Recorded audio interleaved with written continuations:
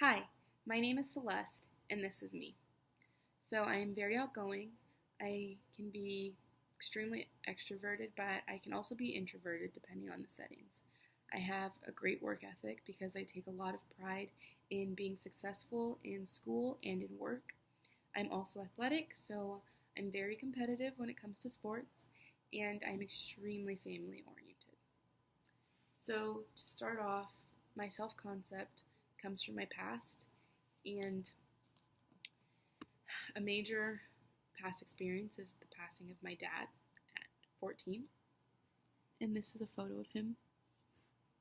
Um, he passed away very suddenly, and this forced me to mature.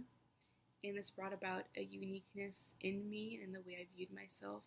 And what I mean by that is I began to value my life and my loved one's life because it taught me that we aren't always guaranteed tomorrow. This increased my communication skills because I then began to constantly communicate my love for my loved ones. I made sure that I communicated that because, again, we don't know how long we have. And I also identify with social comparison. This is a big one for me because I'm constantly comparing myself to others. I do this because I want to make sure that I fit in and that I am accepted for who I am and for what I have to offer. This also increased my communication skills because I make sure that I communicate with others who I am. I make sure that I communicate the type of person I am. And I do this to ensure that we identify with each other and that I know who they are. Because typically communicating who I am forces other people to communicate who they are. And lastly, I'm shaped, of course, by my culture. And just background information on that is my mom was young when she had my brother, sister, and I, and this is a photo of us.